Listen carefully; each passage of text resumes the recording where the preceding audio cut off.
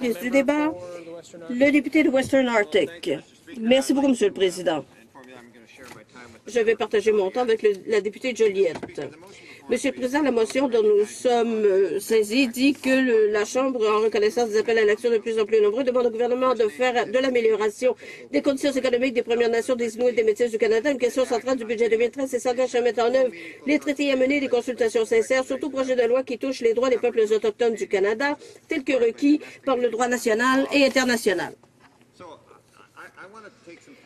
Alors, je voudrais me concentrer sur les territoires du Nord-Ouest, qui sont une région particulière du Canada où il y a encore de nombreuses revendications qui n'ont pas été résolues. La meilleure façon pour nous d'améliorer la situation économique de nos peuples autochtones dans les territoires du Nord-Ouest, c'est de régler les revendications territoriales des Autochtones. Là où on a résolu ces revendications, on a créé de la prospérité et c'est bien clair. Le contraire est vrai aussi pour les régions des territoires du Nord-Ouest où on n'a pas résolu les revendications territoriales. Dans des témoignages présentés devant la communauté des affaires autochtones à Yellowknife sur le projet de loi C-47, l'Association minière du Nunavut et des territoires du Nord-Ouest ont dit qu'il fallait régler les revendications territoriales. Pour montrer des exemples de la façon dont le règlement des revendications territoriales améliore la situation économique des Autochtones, eh bien, il y a les Inuvialuit, qui ont été les premiers à régler leurs revendications territoriales dans les territoires du Nord-Ouest. Ça a été fait en 1984. Le règlement a été excellent. Ils ont pu retrouver une grande partie de leur territoire traditionnel avec les droits de surface et les droits sous la surface.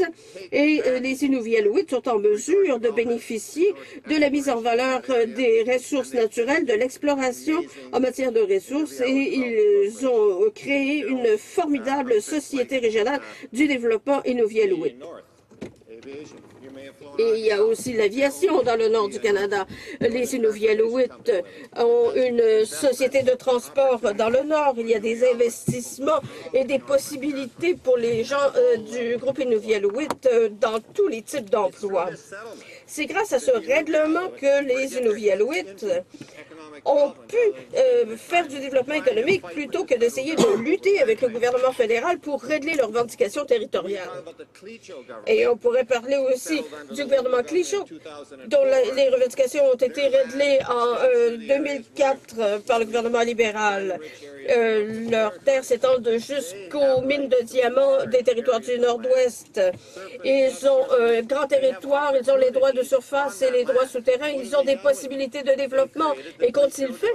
Ils ont créé la Société de développement Clicquot, qui, en moins de 10 ans, a obtenu des revenus de plus de 100 millions de dollars, employé des centaines de gens. Voilà les efforts que les Premières Nations peuvent faire lorsqu'elles contrôlent leur territoire traditionnel, plutôt que de se retrouver dans des réserves là où elles n'ont pas la possibilité de participer pleinement à l'économie des ressources.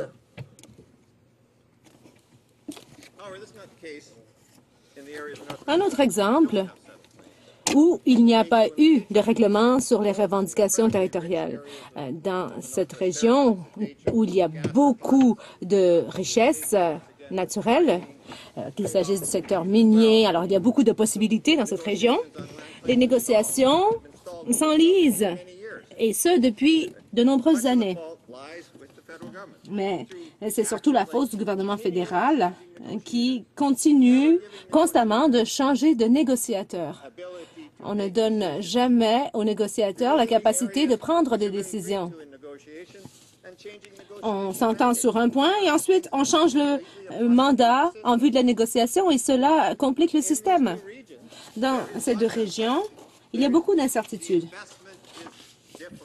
C'est difficile d'y investir. Il y a de bonnes entreprises. J'ai parlé de Avalon et il y a le processus d'évaluation environnementale qui est en cours. Et on veut parler aux Premières Nations et on veut qu'elles participent au processus. Mais ce qui se passe, c'est que c'est l'entreprise privée qui prend le rôle du gouvernement et qui donne aux Premières Nations le pouvoir de prendre des décisions sur leur propre territoire. C'est ce que ça prenait. Le chef de la Première Nation de Karadiche a dit au Comité des affaires autochtones, dans le cadre d'une audience, que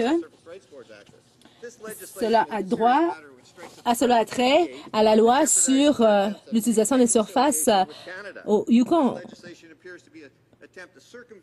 Et on cherche à contourner le processus de négociation sur les revendications territoriales et à s'accaparer des pouvoirs. Il a dit que si le projet de loi était adopté, et son peuple ne sera pas reconnu sur son propre territoire. Le gouvernement essaie d'imposer ses vues sur ce territoire et résiste. Alors, qu'en est-il de l'industrie et qu'en est-il de la certitude? Ça ne va nulle part. Ça ne fonctionne pas. Le chef Fabian de la Première Nation Katodichi a dit que l'inaction crée des mouvements comme Idle No More compte tenu de la frustration qui découle de cette inaction.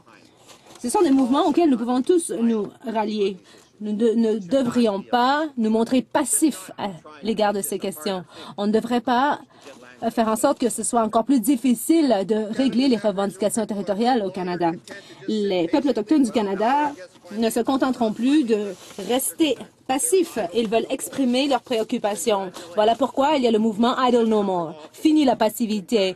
Et cela devrait toucher tous les Canadiens. Je félicite les Premières Nations. Je les félicite de ne plus se montrer passifs et défendre leurs droits, défendre le territoire et l'environnement. Il faut que ces choses-là soient faites et ce n'est pas le gouvernement qui le fait. Ce sont les Premières Nations qui prennent le leadership dans ces dossiers. Les Premières Nations du Canada veulent qu'on règle ces questions et nous n'allons pas attendre que pendant que les négociateurs du gouvernement jouent à des jeux. C'est fini la passivité lorsqu'il s'agit de régler les revendications territoriales. Les Autochtones au Canada veulent être traités avec équité, ils veulent qu'il y ait de la prospérité économique et ne s'opposent pas au développement. Non, ils veulent participer au développement. On l'a vu encore et encore. Mais pourquoi s'il n'y a pas de développement? Parce qu'il y a des retards causés par le gouvernement fédéral. On ne peut plus attendre. Il faut que tous les Canadiens se rallient au mouvement Idle No More lorsqu'il s'agit de questions autochtones. Merci.